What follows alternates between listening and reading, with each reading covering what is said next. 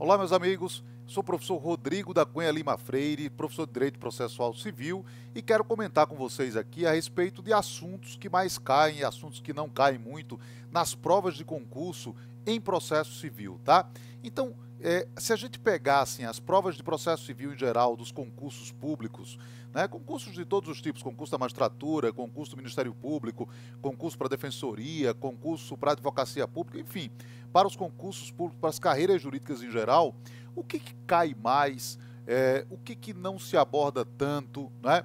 Se a gente pegar pelo histórico dos concursos, o que a gente vai encontrar com muita recorrência, e se a gente pegar assim, a partir do CPC de 2015, o que mudou, né? O que o CPC 2015 fez com que essas provas de concurso tivessem um direcionamento, né? E é isso que eu quero abordar com vocês aqui, tá certo? Eu vou começar dizendo o seguinte a vocês. O CPC 2015 é um código bastante principiológico, extremamente principiológico. Então a gente tem que ter muito cuidado com isso, né? Um cuidado com o estudo das normas fundamentais do processo e dos pilares do CPC 2015, aqueles princípios mais importantes do CPC 2015, tá? E eu vou destacar aqui dois princípios que têm aparecido muito em prova.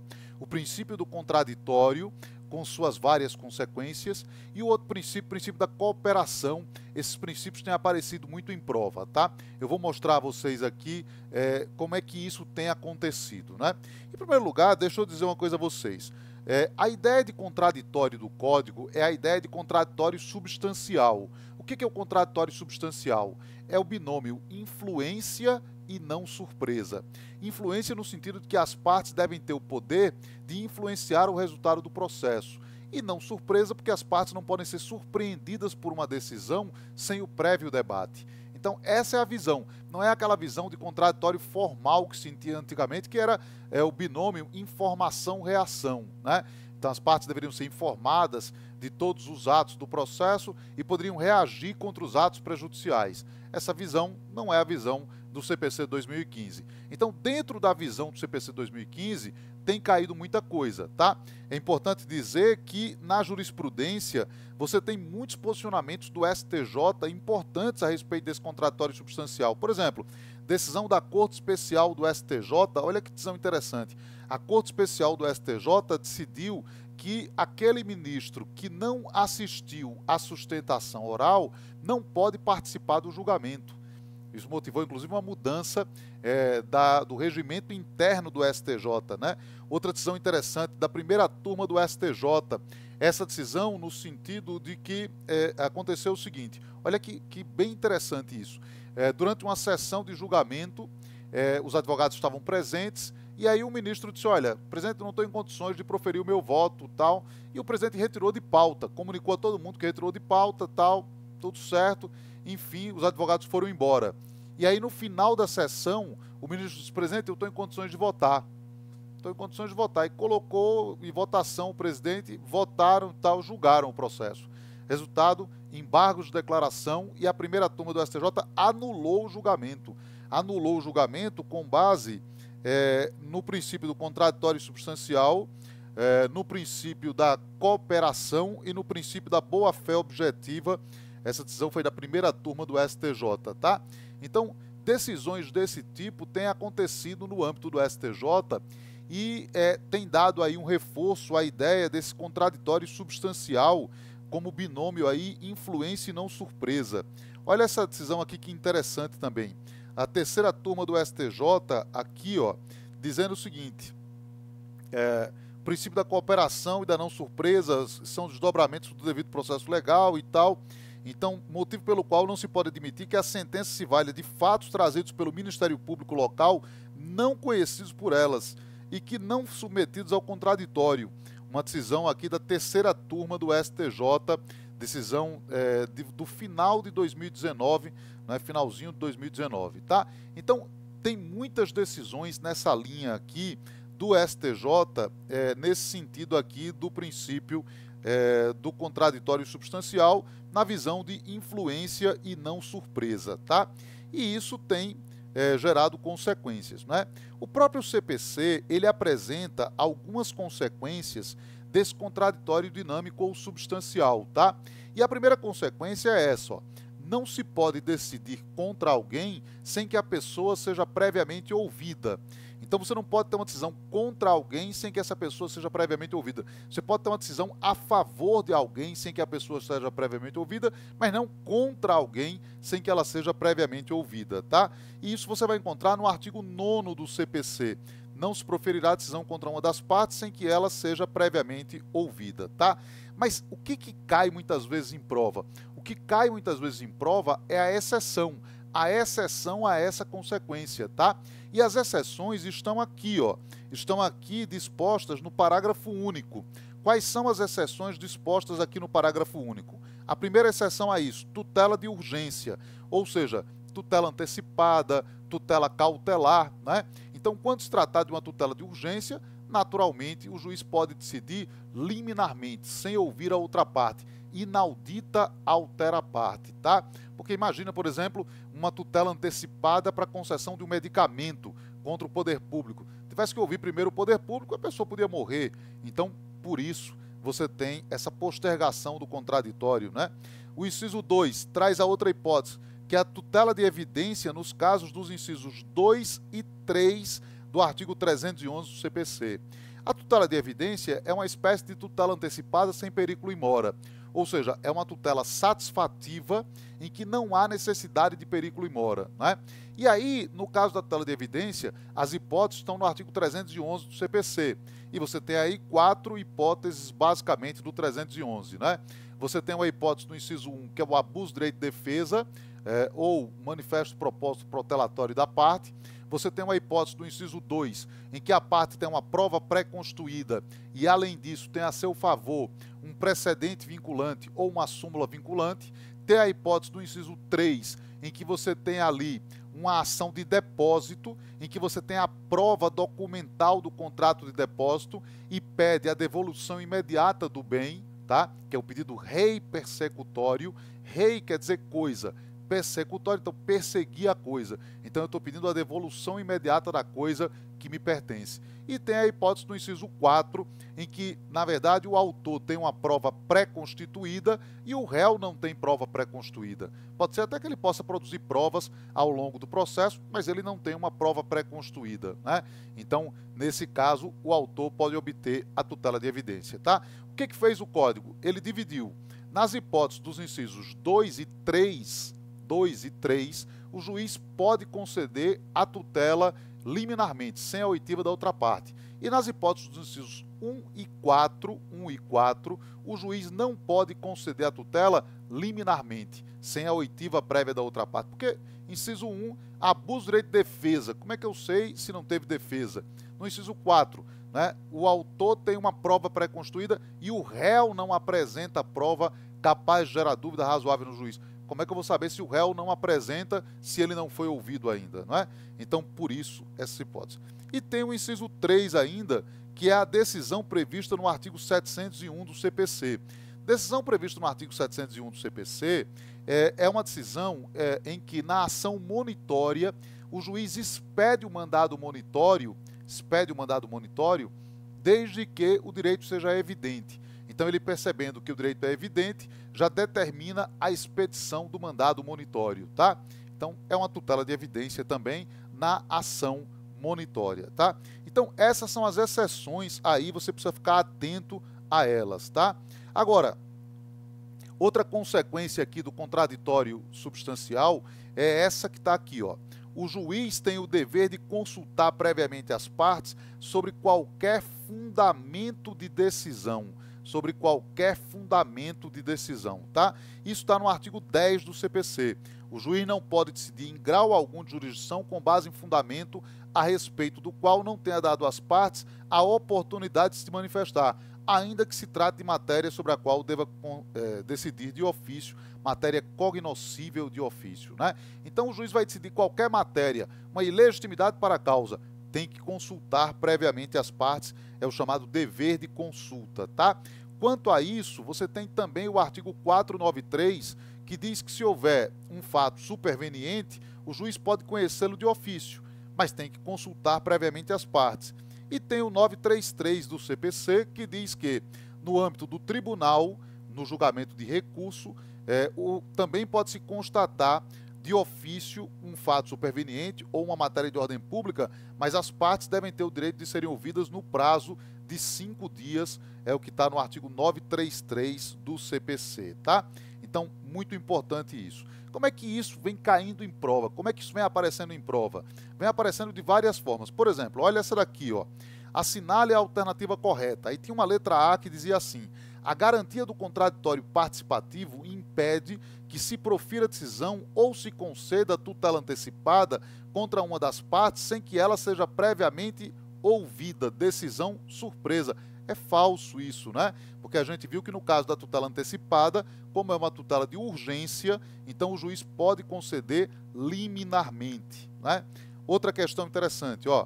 Não seria correto, sobre os princípios constitucionais do processo, fazermos a seguinte afirmação. Tinha uma letra E que dizia assim: prover medidas sem ouvir a outra parte, postergando a sua ciência, fere o princípio constitucional do contraditório no processo civil, mesmo que esta seja confirmada ad referendum, né? Aqui, essa daqui, ele considerou que era essa letra E aqui, que seria a que você deveria assinalar, né? Porque essa não seria correta, essa afirmação não seria correta, né? Outra aqui, ó, uma questão interessante em cima disso aqui que a gente está falando. Será que o juiz pode reconhecer a prescrição ou a decadência sem ouvir previamente as partes? Porque eu falei aqui para vocês do contraditório substancial, falei que não se pode decidir contra alguém sem ouvir previamente a parte, falei que até matéria cognoscível de ofício é preciso primeiro ouvir previamente as partes. Mas e prescrição e decadência? Será que o juiz pode decidir sobre isso sem consultar previamente as partes? Isso tem caído muito em prova. Cuidado com isso, que isso tem aparecido muito em prova, tá? A resposta para isso está no 487, parágrafo único, que diz assim, ó: ressalvada a hipótese do parágrafo 1º do 332, a prescrição e a decadência não serão reconhecidas sem que antes seja dado às partes oportunidade de manifestar-se. O que significa dizer isso? Significa o seguinte, que o Código fez a seguinte divisão: antes da citação, depois da citação, né? AC, DC, antes de Cristo, depois de Cristo. Não, antes da citação, depois da citação. Antes da citação, ou seja, se for por improcedência liminar, aí a prescrição ou a decadência pode ser conhecida sem a consulta prévia às partes, tá? Agora, depois da citação, se não houve a improcedência liminar, para reconhecer a prescrição ou a decadência, o juiz tem que consultar as partes.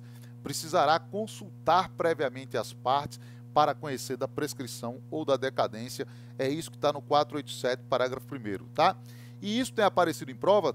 Tem aparecido em prova. Olha essa questão aqui, ó. Assinale a alternativa correta.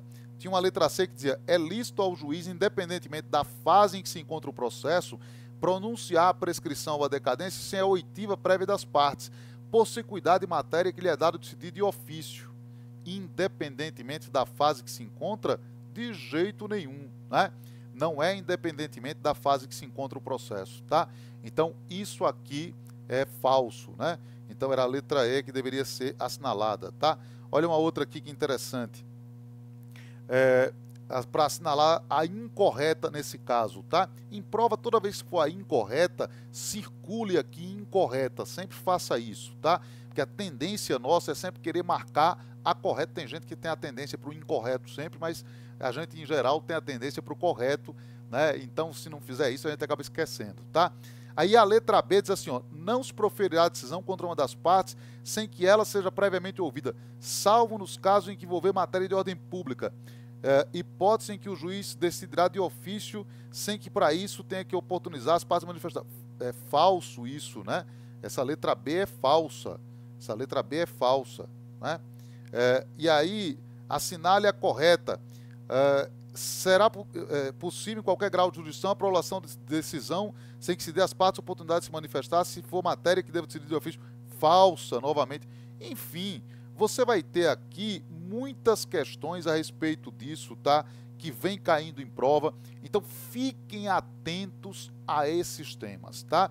A cooperação também é um tema muito importante. A cooperação, ela significa, está no artigo 6º do CPC, né? E significa a cooperação basicamente o quê? Que todos os sujeitos devem cooperar para o resultado do processo, né? Aí você vai dizer, mas como assim? Todos os sujeitos devem cooperar para o resultado do processo? Isso não é uma coisa meio infantil e tal, quer dizer, ninguém vai fazer um negócio desse e tal. Não, a cooperação impõe alguns deveres que decorrem da cooperação. Por exemplo, o dever de lealdade processual. As partes e o juiz não podem agir de má-fé, né? Então, daí a previsão, por exemplo, da multa pela litigância de má-fé. O dever de esclarecimento, o juiz tem que esclarecer os seus pronunciamentos e pode exigir esclarecimentos das partes quanto às suas postulações, tá? Um exemplo interessante do dever de esclarecimento é o artigo 321 do CPC, que diz que o juiz, ao determinar a emenda da inicial, ele deve esclarecer qual é o vício. Diz assim o dispositivo, ó, indicando com precisão o que deve ser corrigido ou completado.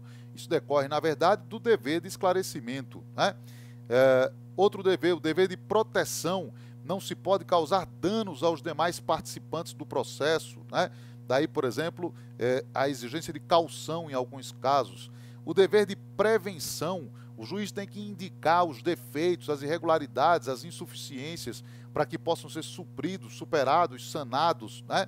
Daí, por exemplo, hoje o próprio CPC, no artigo 932, parágrafo único, prevê que, antes de inadmitir o recurso, deve-se dar oportunidade à parte para corrigir esse vício, né?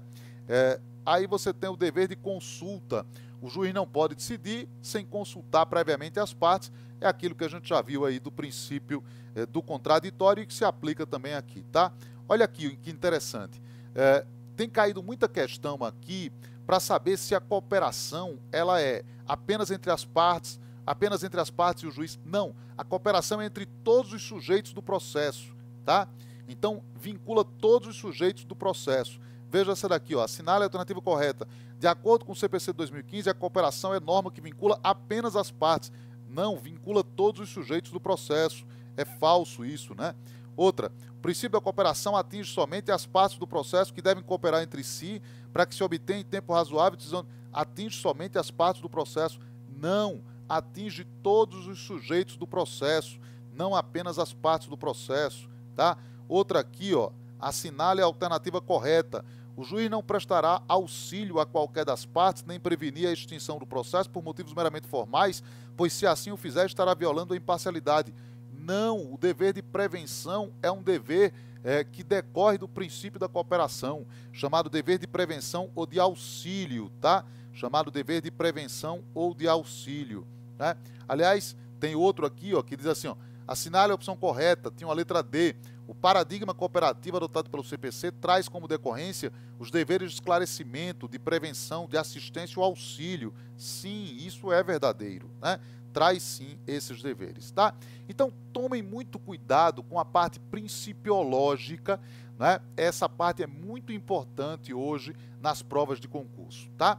Outro tema que é muito importante, esse é um tema tradicional, mas um tema que já caía muito antigamente e continua a cair muito, mesmo na vigência do CPC de 2015. Qual é o tema? É o tema sujeitos do processo, litisconsórcio e intervenção de terceiros, né? Parte, litisconsórcio e intervenção de terceiros, esse tema cai muito em prova, tá? Então, atentos a esse tema sempre, porque ele cai demais, realmente despenca a questão a respeito disso, é uma tendência, já era assim e continua dessa mesma maneira, né?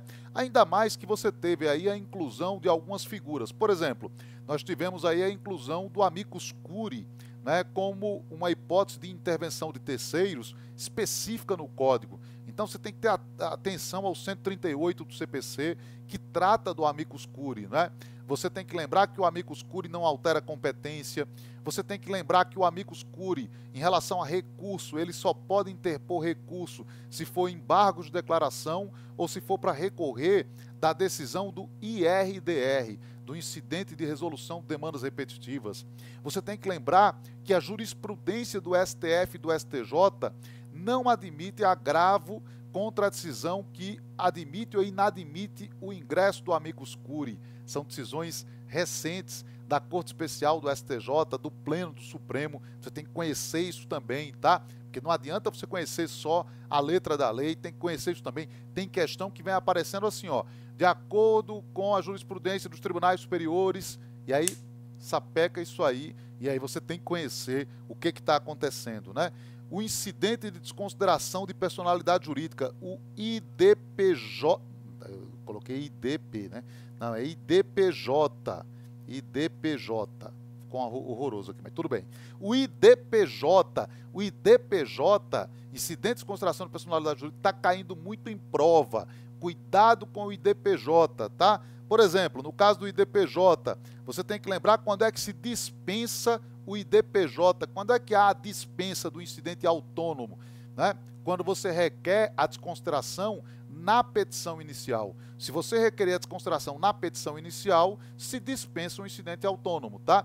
E aí o que vai acontecer? Vai acontecer a citação tanto do sócio como da PJ, os dois serão citados, não vai haver suspensão do processo, né? Outro aspecto importante, em quais processos e procedimentos se admite o IDPJ, e aí o código diz que qualquer processo, qualquer procedimento, qualquer fase, inclusive na execução de título extrajudicial, né? Inclusive nos juizados especiais, é um caso interessante em que nos juizados especiais você tem uma intervenção de terceiros.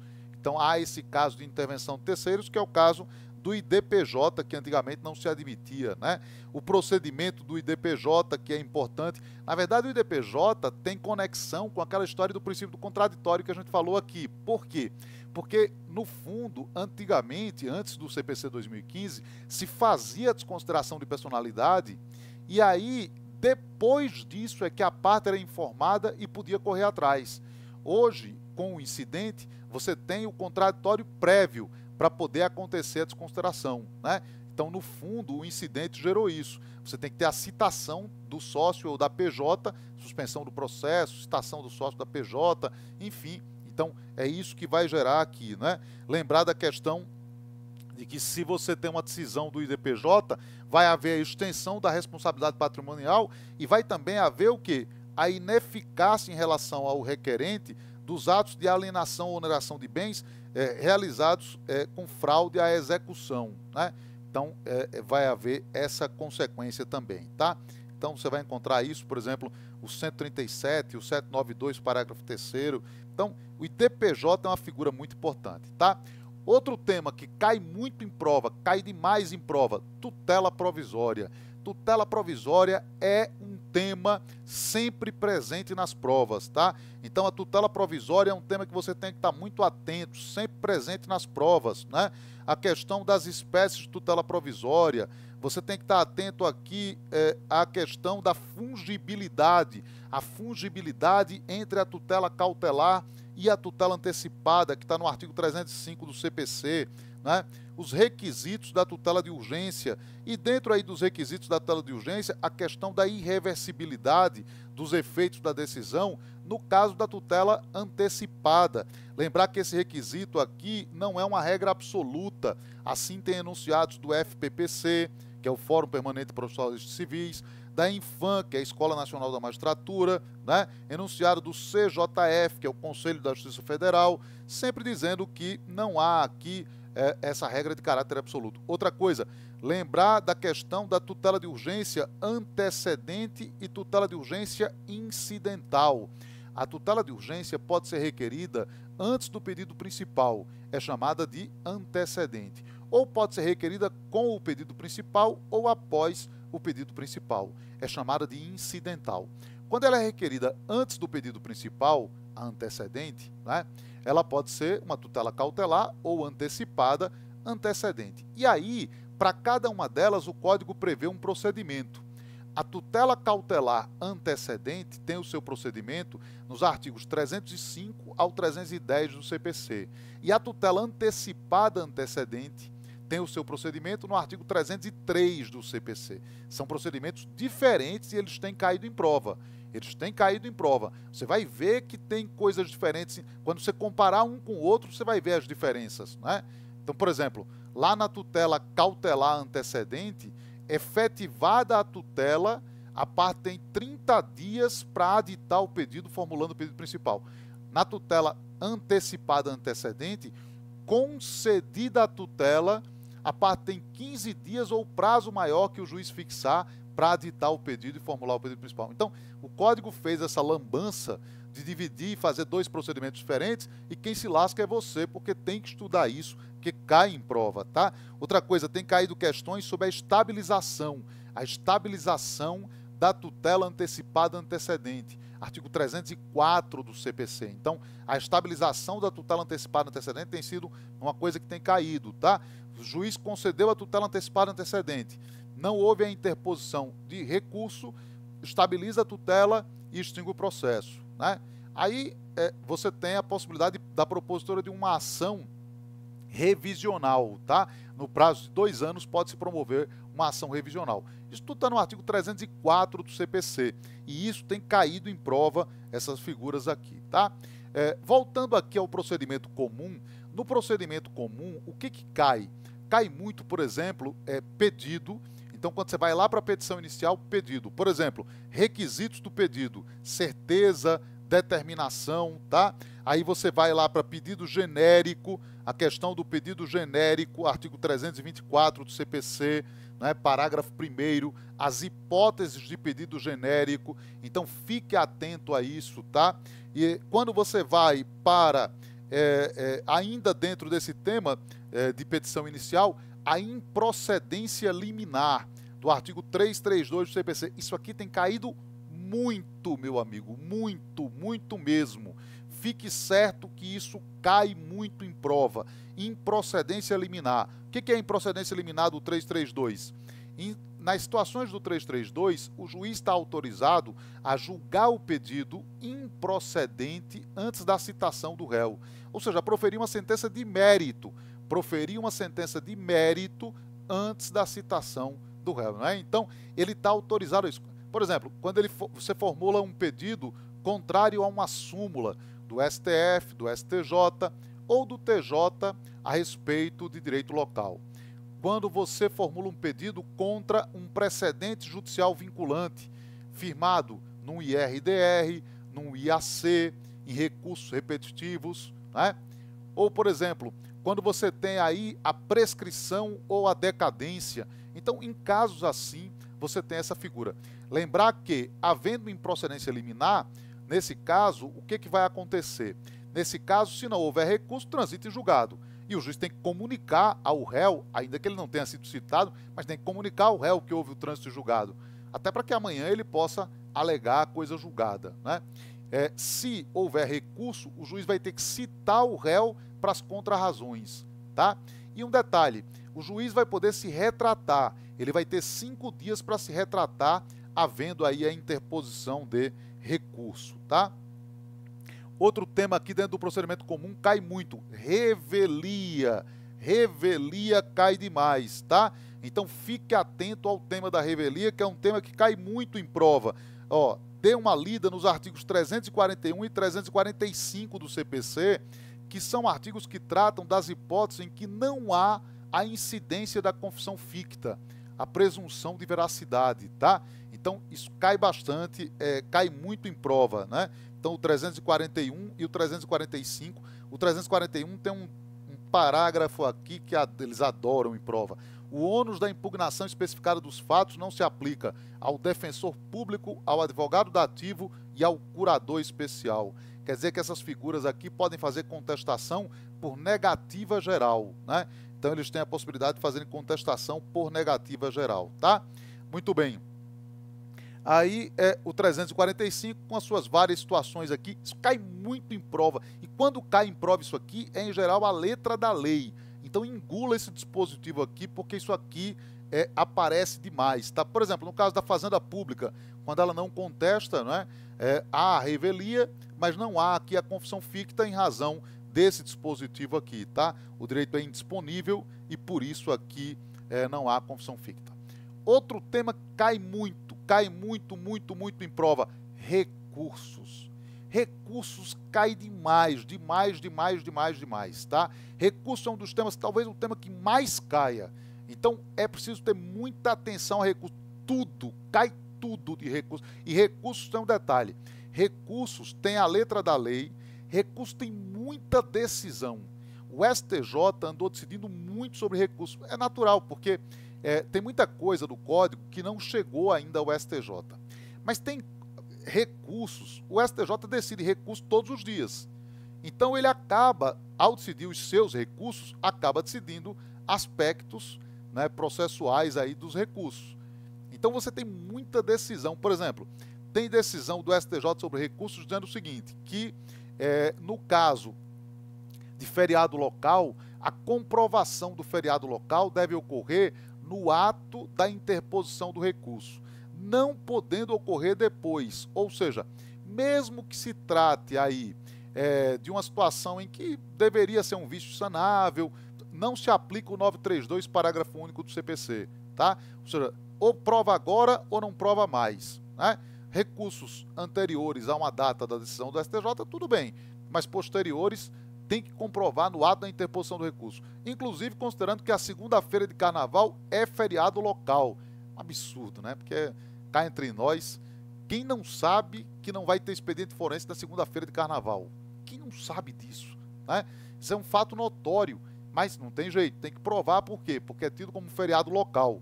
Então, decisão do STJ nesse sentido. Tem decisão do STJ absurda, mas tem. Corte Especial dizendo o seguinte, olha, no caso de decisão do presidente ou do vice-presidente do TJ, do TRF, do Tribunal de Origem, de inadmissão do recurso especial ou do recurso extraordinário, não cabe embargos de declaração. Os embargos de declaração são manifestamente incabíveis. Isso é um absurdo, né? Porque a lei diz expressamente que cabe embargo de declaração de qualquer decisão. Então, tanto faz o tipo de decisão. Não interessa. Tem decisão do STJ, Corte Especial dizendo isso. E como eles são manifestamente incabíveis, o que é que o STJ entende? Não interrompe o prazo para outros recursos. Então não vai interromper o prazo para o agravo em recurso especial ou para o agravo em recurso extraordinário. Justamente porque não cabe esses embargos de declaração, são manifestamente incabíveis. O STJ tem um entendimento que é absurdo, mas tem, no sentido de que, quando os embargos de declaração forem manifestamente incabíveis ou intempestivos, eles não interrompem o prazo para outros recursos. Nas demais situações de inadmissibilidade, interrompem, mas nesses dois casos, não interrompem o prazo para interposição de outros recursos, né? A gente tem aquela decisão famosíssima da taxatividade mitigada do 1015 do CPC, em que o STJ decidiu o quê? Que mesmo que a decisão interlocutória não esteja prevista no artigo 1015 do CPC, vai caber agravo. Vai caber agravo desde que a apelação seja objetivamente inútil, ou seja, haja uma urgência em se recorrer devido à inutilidade da apelação. Por exemplo, imagine o seguinte caso. Vamos imaginar que o juiz, por exemplo, indefira um pedido de segredo de justiça. O juiz indeferiu um pedido de segredo de justiça. Não está no 1015 do CPC. Em teoria, você deveria aplicar aqui o 1009, parágrafo 1º. O que é isso? Deveria aguardar o juiz sentenciar e aí, nas razões ou contra-razões de apelação, iria impugnar aquela decisão interlocutória. Mas não adianta. Do que adianta você impugnar isso lá? Ora, segredo de justiça? Então o processo foi público até lá. Então, nesse caso, o que o STJ diz? Taxatividade mitigada. O 1015 tem uma taxatividade mitigada. Como é inútil a apelação, você já pode agravar de imediato, né? É o caso da decisão de incompetência. Então, o juiz remeteu os autos para a Justiça do Trabalho. Não está no 1015 do CPC. É uma decisão interlocutória, mas não está no 1015 do CPC. Então, nesse caso, vai caber o quê? Vai caber agravo de instrumento. Por quê? Porque seria inútil a apelação, tá? Na medida em que, veja, na hora que foi para a Justiça do Trabalho, da sentença vai caber recurso ordinário. E o TRT não pode desfazer uma decisão interlocutória, a decisão de incompetência, do juiz de direito, né? Então, caberia já agravo de imediato. Então, veja, recursos, tem muita coisa, tem muita decisão, muitos aspectos importantes aqui sobre recursos. Cai muito, mas muito mesmo, esse tema recursos, tá? Outro tema que eu acho que você tem que tomar muito cuidado, mas muito cuidado. IRDR, o incidente de resolução de demandas repetitivas.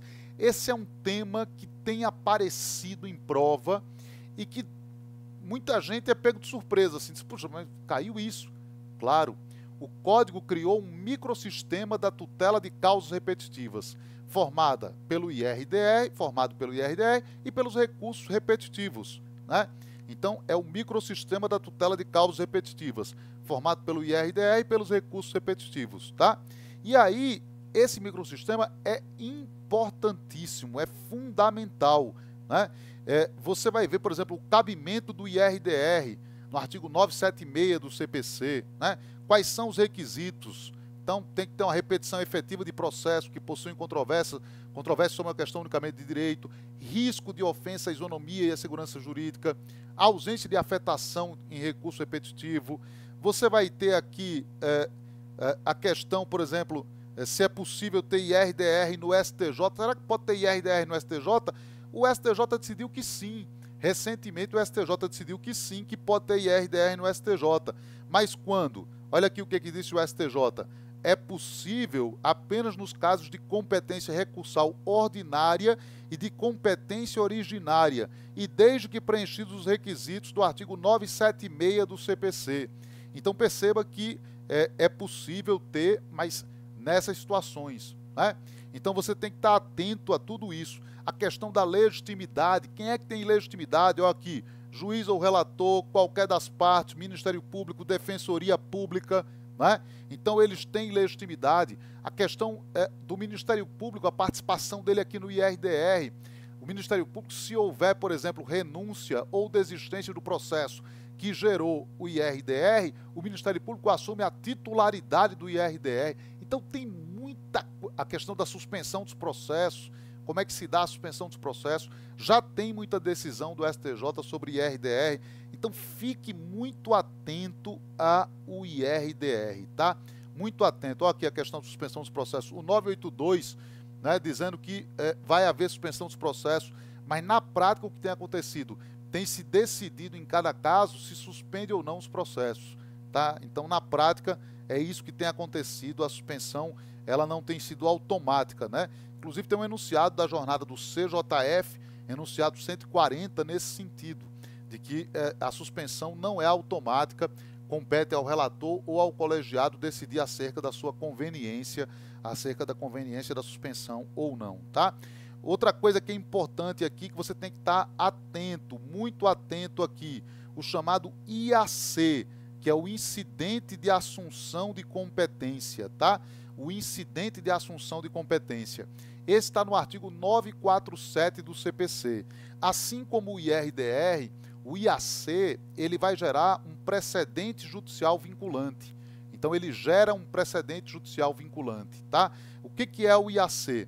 O IAC é um incidente no qual um órgão indicado pelo regimento interno do tribunal assume a competência anteriormente atribuída a outro órgão colegiado do mesmo tribunal para o julgamento de um recurso, de uma remessa ou de uma ação de competência originária.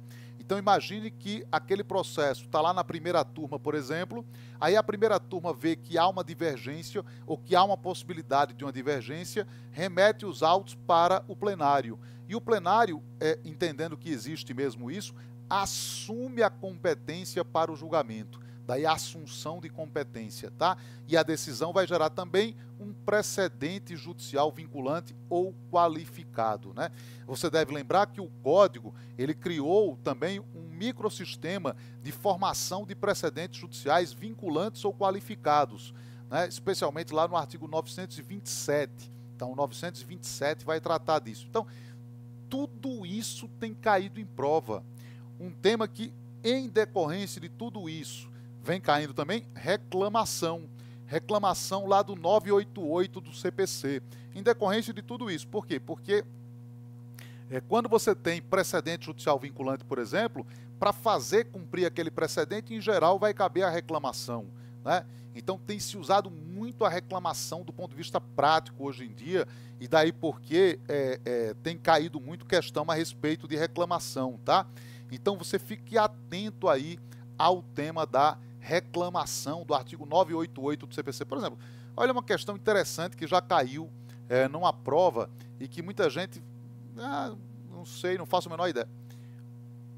Você interpôs o recurso de apelação. O juiz negou o seguimento à apelação. Ora, a gente sabe que o juiz não pode negar seguimento à apelação, né? Hoje o papel do juiz é receber a apelação, ouvir o apelado e mandar para o tribunal, a não ser naqueles casos em que ele pode se retratar, né? Existem aqui basicamente dois casos em que ele pode se retratar na apelação. Se for um caso de sentença sem resolução do mérito, inclusive no caso de indeferimento da petição inicial, ou no caso de improcedência liminar, também é um caso que ele pode se retratar, tá? Então, se não for caso de retratação, ele tem que ouvir o apelado e mandar para o tribunal, né? Ele não pode fazer juízo aqui de admissibilidade da apelação. Mas imagine que ele fez o juízo de admissibilidade. Fez o juízo de admissibilidade. O que cabe? O que cabe contra isso?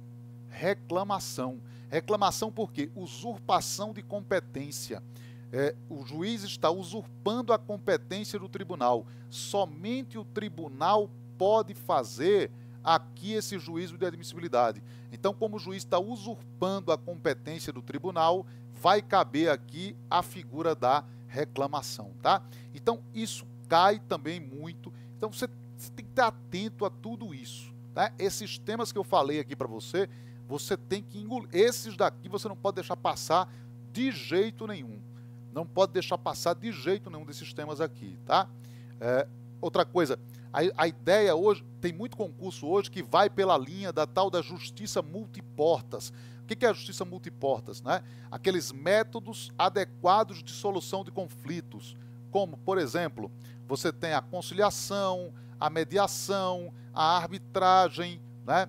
O dispute board, que é uma figura interessante, que é um comitê de resolução de disputas, que é formado para a execução de uma obra. Então, ao longo da execução da obra, normalmente para grandes obras, construção de uma linha do metrô, de estádio, você tem uma figura dessa, o comitê, que ele vai acompanhando ali, né? Então, essa ideia, isso também tem caído muito em prova, você tem que estar atento a isso, porque tem muito concurso que vai por essa linha, tá? Aí você vai me dizer, professor, tudo bem, e o que não vem caindo muito em prova? O que não cai muito em prova? Olha, isso depende muito de cada concurso, claro, né? Por exemplo, tem temas que não caem muito, por exemplo, inventário, partilha, mas caiu no concurso, cai, claro que vai cair, mas cai bem pouco. Aliás, em procedimentos especiais, existem umas preferências, assim, por exemplo, uma preferência de procedimentos especiais é monitória. Se você for estudar procedimentos especiais, caia primeiro em monitória. Vá para a monitória, que é o que cai mais, tá? Mandado de segurança, aí saindo do CPC, né? Indo para um procedimento especial que é fora do CPC, mandado de segurança cai muito, né? Então aí é um procedimento especial, cai muito. Agora, quando você vai para inventário, por exemplo, tal, não cai muita coisa sobre isso, né? A gente sabe que não cai tanto a respeito disso, tá? Então, tem algumas temáticas, e aí conforme o concurso, né? Há concursos que vão pedir mais, outros menos. Por exemplo, concurso, quando você vai para concurso de servidor tal, vai cair muito atos processuais e tal. Agora, se você for para outro tipo de concurso, um concurso um pouco mais puxado, aí já às vezes sai de atos processuais, já não pega tanto essa parte de atos processuais, né? Não é a parte que mais importa e tal. Então, enfim, você tem que ver aí também o perfil de concurso, né? E a gente sabe trabalhar aqui dentro do SESC com esse tipo de perfil de concurso, de acordo com cada situação aí, tá? Eu espero que eu tenha sido aqui um pouco esclarecedor aqui para você em relação a essas temáticas, né? O que tem caído aí?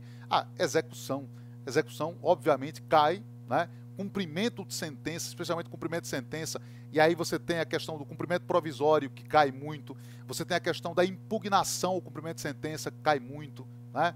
Bom, enfim, claro que aí a gente poderia falar aqui 3 horas, 4 horas, 5 horas e tal, mas eu espero, na verdade, que você venha fazer curso conosco, se você já não faz. Se você já faz curso conosco, é sempre um prazer tê-lo aqui, né? E eu espero que você venha fazer curso conosco, se você não faz, porque aí a gente pode abordar todos esses temas, né?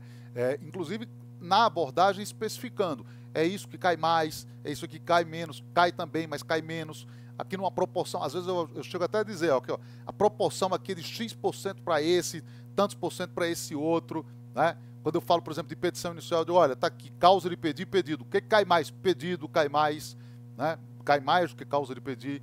E eles dois caem mais do que os outros requisitos da petição inicial, e assim por diante. Então, a gente vai trabalhando com isso. O Roberto Campos, que era um economista, dizia assim, estatística é como biquíni, mostra tudo menos o essencial.